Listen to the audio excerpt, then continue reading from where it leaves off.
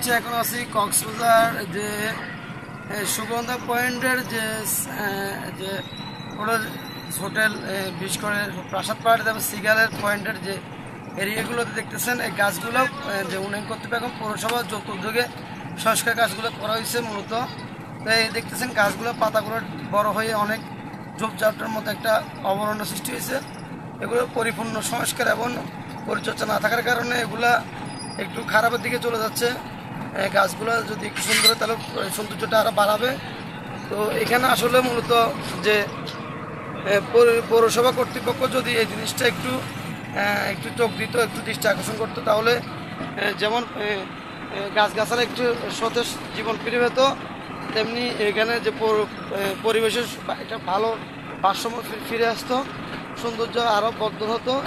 তো আমি বলবো পৌর কর্তৃপক্ষ, পৌর প্রশাসন, আপনারা এই গাছগুলোকে একটু ছাঁটাই করে খুব সুন্দর করে একটু ডিজাইন করে দিবেন।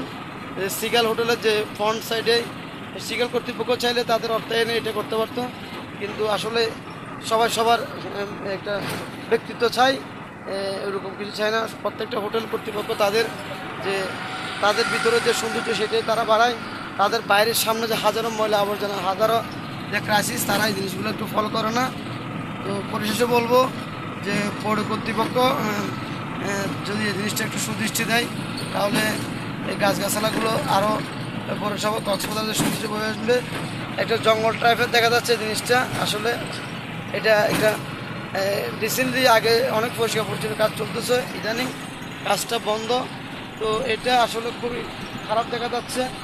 এটা কি বিচের যে রাস্তা, যে একেবারে বিএবি রাস্তা, এটা যাতায়াতের জন্য।